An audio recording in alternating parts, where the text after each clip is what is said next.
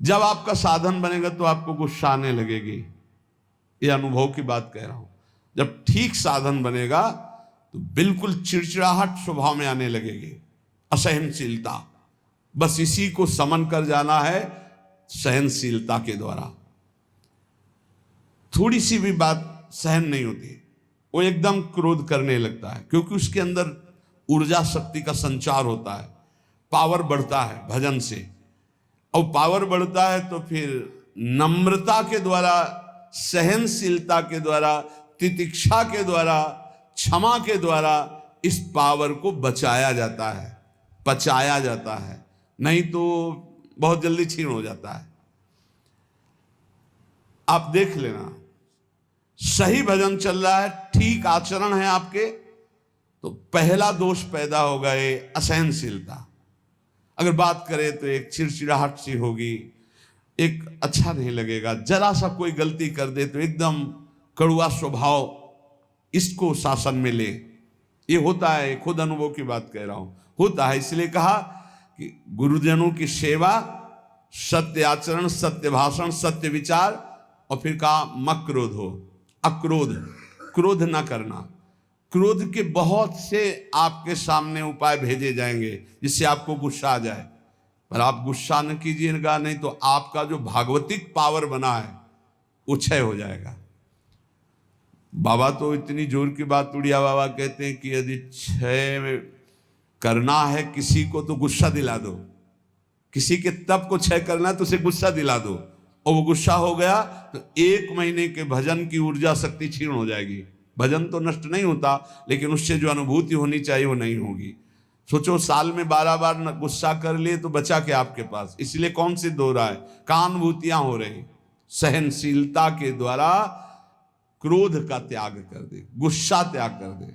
बहुत जल्दी गुस्सा आती, और गुस्सा आते ही मन में प्रतिकूल चिंतन होने लगता है। भजन है और प्रतिकूल चिंतन हुआ, कहीं हो गया तो तुम्हारा भजन रुक जाएगा, तुम्हारा भजन का प्रभाव क्षीण हो जाएगा, आगे भजन की उन्नति नहीं होगी। इसलिए बहुत संभल के किसी से गुस्सा मत करो। अब आएगा गुस्सा, माया ऐसे संयोग भेजेगी कि गुस्सा आ जाए, पक्का सहन कर जाओ। बहुत कठिन है सहन करना। अच्छा, आप जा रहे हो, कोई थूक दे आपके ऊपर, अरे 1 बार थूक दे, 2 बार थूक दे, 100 बार थूका एक नाथ जी के ऊपर। वो गंगा स्नान करके, गोदावरी जी का या गोमती जो भी वहां हो, महाराष्ट्र में कौन है, गोदावरी गंगा, तो वहां स्नान करके और बार बार ऊपर से गली में थूक देता। 100 बार थूका, नीचे उतर कर आया, साष्टांग दंडवत हुआ, गलती हुई, 100 बार थूका। बोले भैया तेरे जैसा कृपालु कौन होगा, 1 दिन में 100 बार स्नान करवा दिया, वैसे 1 दिन में 1 बार होता, लेकिन 100 बार तेरी कृपा से हो। बिल्कुल गुस्सा नहीं आया। कुछ लोगों ने तो पैसा दे के एक आदमी को लगाया, एक पंडित जी थे, उनसे कहा कि अगर आप एकनाथ जी को गुस्सा दिला दें तो इतनी आपको मुद्रा दे देंगे। घर गए तो अतिथि आए, उन्होंने सम्मान किया। जब उनकी पत्नी परोसने लगी तो पीठ में चढ़ गए, कुछ तो गुस्सा आएगा इनको। तो उनका बहुत संभाल के देखो, पीठ से गिरने ना पावे, इनको कोई कष्ट ना होने पावे, संभाल के। पत्नी का हम पहले से सावधान है, आप चिंता मत करो। तो उन्होंने सोचा ये तो फिर भी क्रोध, कितना उन्होंने उपद्रव किया। जब उपद्रव से बिल्कुल गुस्सा नहीं तो उनका थोड़ा गुस्सा हो जाते तो मुझे वो इतनी मुद्रा देकर भेजा गया। बोले भैया क्षमा करो, पहले बता देते कि हम मुद्रा के कारण आए हैं तो हम थोड़ी गुस्सा दिखा देते, जिससे तुम्हें मुद्रा मिल जाती। क्रोध नाम की चीज नहीं। जिन महापुरुषों ने भगवत साक्षात्कार किया, अक्रोध रहे हो, क्रोध नहीं। क्रोध होने से तप क्षीण हो जाता है, क्रोध बिल्कुल नहीं करना चाहिए। पर ध्यान रखना, जब क्रोध दिलाया जाए उस समय ये ध्यान रहे कि हमारे सामने प्रश्न उपस्थित किया गया कि हमें क्रोध नहीं करना है, और ये क्रोध कराएगा तो बच सकते हो। लेकिन उस समय माया आपको ये याद नहीं रहने देगी, उस समय फिर आपको गुस्सा आ ही जाएगा, पक्का आ जाएगा। क्रोध दिलाने वाली लीला आपके सामने साधकों को प्रायः होती रहती है। अगल बगल से आसपास से कहीं गुस्सा नहीं करना, शांति से निर्णय करो। तुम्हारी परीक्षा हो रही, तुमको सहनशील बनकर आगे बढ़ना है। और फिर दान में उचर, ये सबके अंदर होना चाहिए। देत लेत मन शंकन धरई, बल अनुमान सदा हित करे। दूसरों को अभय दान से बढ़कर के कोई दान नहीं है, ये सबको ही दे सकता है, सबको करना चाहिए। किसी भी जीव को मन से, वचन से, कर्म से हमारे द्वारा दुख ना पहुंचे, ये सबसे बड़ा दान है, अभय दान इसे कहते हैं। और इस अभय दान को पूर्ण निर्भयता में बदलने के लिए नाम दान है, इससे बढ़कर और कोई दान नहीं। नाम दान, किसी को भी नाम सुनाना। राधा राधा जब हम जोर जोर से बोलते जय जय श्री राधे श्याम, तो सबके कानों में नाम पड़ता है और उस नाम का हमें पुण्य मिलता है, हमारा भजन आगे बढ़ता है। इसलिए जोर जोर से नाम कीर्तन हो रहा है, जहां से आप गुजर रहे हो वहां। और जब कभी कहीं भी बैठे हो, बातचीत हो, तो बीच बीच में अभ्यास बना लो। राधा, अच्छा राधा राधा राधा राधा, अच्छा ऐसे बात करना सीखो। है ऐसे अपने मुरारी भाई हैं, वो जब बात करें राधा राधा राधा राधा, हमें बहुत अच्छा लगता है शुरू से। ये नहीं कि आज से ही, शुरू से ना। जब कोई बात विनोद की हुई या कोई भी बात हुई या कोई आश्चर्यमय बात, राधा राधा राधा, ये बहुत अच्छा स्वभाव है। हमें लगता है सबको बनाना चाहिए, सत्संग में नहीं, बीच में। हाँ, अब सब शुरू हो गए राधा बीच में, तो ऐसे नहीं। वो जब बात परस्पर हो रही हो तब उस समय राधा राधा, बहुत मंगल। हम उपासक से बात अगर कभी करते तो यही देखते इसने कितनी बार नाम जपा, कितनी बार नाम लिया। प्रारंभ में नाम बोला, एक बार तो नाम आना चाहिए। हनुमान जी विभीषण जी को सौभाग्य क्यों प्रदान कर रहे हैं? अंदर से आवाज आई, राम राम राम नाम तेहि सुमिरन कीन्हा, हृदय हरसि कपि सज्जन चीन्हा, ये सन हठ होय न कारज हानि। ये साधु है। अभ्यास बनाओ नाम उच्चारण, बात शुरू करने के पहले नाम उच्चारण, बहुत मंगलमयी बात है। दूसरों को नाम सुना दिया, इससे बड़ा कोई दान नहीं। ये चार बातें जिसके जीवन में है, वो अपने भजन को बढ़ाएगा, भजन को बचाएगा और भजन को पचा लेगा। गुरु आज्ञा में रहना, भगवान नाम सुनाना, ये चार बातें बहुत जोर की, जिसमें जीव का परम कल्याण हो जाता है। वेद का सार है सत्य, सत्य का सार है जितेंद्रियता, और जितेंद्रियता का सार है त्याग वैराग्य उपरति।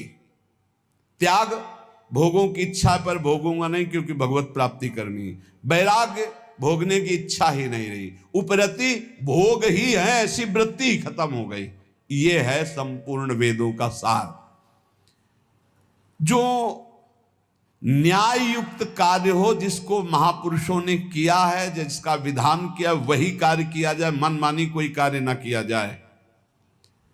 यदि मनमानी कार्य किया गया तो उससे लाभ नहीं होगा। आजकल बहुत मनमानी हो रही, बहुत मनमानी। कोई किसी का, ना तो निगमागम शासन स्वीकार किया जा रहा है, वेद का शासन, और ना वेदज्ञ महापुरुषों का शासन स्वीकार किया जा रहा है। सब मनमानी करने में स्वतंत्र हैं। गुरु बस इस बात का कि तुम मंत्र हमें दो, हम 50 को और देते हैं, बस इस बात के लिए गुरु मंत्र दिया, उसका साक्षात्कार किया, इसके लिए नहीं। इसके लिए तो गुरु की अधीनता स्वीकार करनी पड़ेगी। कह रहे कि यत् करोत्यशुभम कर्म शुभम वा यदि सत्तम,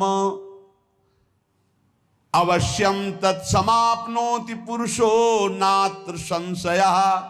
होश में तुम जो कर्म करोगे, शुभ या अशुभ, तुम्हें भोगना पड़ेगा। कोई मिटा दे ऐसा समर्थ नहीं है, कोई मिटा दे ऐसा समर्थ नहीं। वो केवल वही मिटा सकते हैं जिन्होंने पूरी सृष्टि की रचना की, श्री भगवान। दूसरे की सामर्थ्य नहीं, इसलिए हमें विश्वास नहीं है। ये इसलिए बता रहे, करे यत् करोत्यशुभम कर्म शुभम वा यदि सत्तमम, अवश्यम तत्समाप्नोति पुरुषो नात्र संशया। अवश्य भोगना पड़ेगा जो कर्म किए हैं। इसीलिए हम कह रहे हैं किसी पर ये मत सोचो कि तुम्हारे कर्म को कोई नष्ट कर देगा, कोई नहीं, कोई नहीं।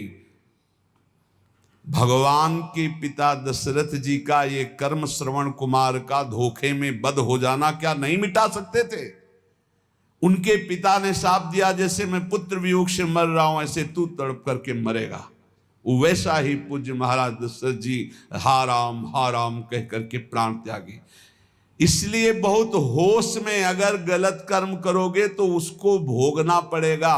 और ये भ्रम छोड़ दो कि कोई तुम्हारे दान पुण्य सेव संतरा देने करके तुम कोई जंतुर अंतुर बंधवा कर अपने पाप कर्म को मिटा दोगे। मुझे समझ में नहीं आता, क्योंकि हमारा शास्त्र ऐसा नहीं कहता। बड़े बड़े महापुरुषों को भोगना पड़ा है, और उनकी तो बात क्या, जो ईश्वर कोटि के है, फिर साधारण को ऐसे मिटा सकते हैं। यद करो त्यशुभम कर्म शुभम वा यदि सत्तमो, भाई ध्यान करो, कोई भूल करके पाप मत करो, नहीं तो उसे भोगना पड़ेगा, अवश्य अवश्य भोगना पड़ेगा। कोई नहीं मिटा सकता, संसार में कोई नहीं मिटा सकता। इसलिए सताम धर्मेण वर्तेत क्रियाम शिष्टवदाचरेत असंक्लेशेन लोकस्य वृत्तिम लिप्सेत वै द्विज। जो सत्पुरुषों ने आचरण किए हैं, जो सत्पुरुषों ने आचरण का विधान किया है, उसके अनुसार जो आचरण करता है वो धर्म है, और धर्म करने वाला कभी दुखी नहीं होता। तो आप कहोगे धर्मराज युधिष्ठिर को 12 वर्ष का वनवास, 1 वर्ष का अज्ञातवास मिला, धर्म करना क्या, वो तो धर्मराज हैं। तो जुआ खेलना अधर्म है, उपहास करना किसी का अधर्म है, किसी को नीचा दिखाना अधर्म है, अधर्मियों की सभा में बैठना अधर्म है, कई तरह की बातों का अधर्म होता है। जान रहे हैं कि महाराज धृतराष्ट्र इस समय अधर्म से युक्त हैं, तो उनकी आज्ञा का पालन नहीं करना चाहिए। जान रहे हैं कि छल कपट अधर्मी शकुनी है, पासा वो चल रहा है, जीत उनकी हो रही, खुला अधर्म, खुला अधर्म का खेल हो रहा, कैसे स्वीकार कर लिया। और द्वित कीड़ा अधर्म है, मदिरा पीना, व्यभिचार करना, मांस खाना, द्वित कीड़ा करना, ये सब एक लाइन में रखा गया है। इसीलिए महाराज को 12 वर्ष का वनवास, 1 वर्ष का अज्ञातवास भोगना पड़ा। सत्पुरुषों द्वारा पालित धर्म के अनुसार बर्ताव करे, जो संत पुरुष आचरण करने का विधान करते हैं, शास्त्र विधान करता है, वैसे ही कभी दुख नहीं मिलेगा। ध्यान रखना, अधर्म करने पर ही दुख का परिणाम भोगना पड़ता है। ये जो हमारे नाना प्रकार के शारीरिक मानसिक क्लेश हैं, ये हमारे पाप कर्म का परिणाम है। भली भांति कोई भी कर्म करने के पहले विचार करो, तो अंदर से सबके भगवान सदगुरु रूप में बैठकर उत्तर देते हैं कि तुम गलत करने जा रहे हो, मत करना। दूसरे लोगों के किए हुए कर्म को देखकर मत करो। बहुत लोग ऐसा करते हैं। अब तो सब नरक जाएंगे, तुम भी जाओगे क्या? तुम सत्संगी हो, तुम्हारा विवेक जागृत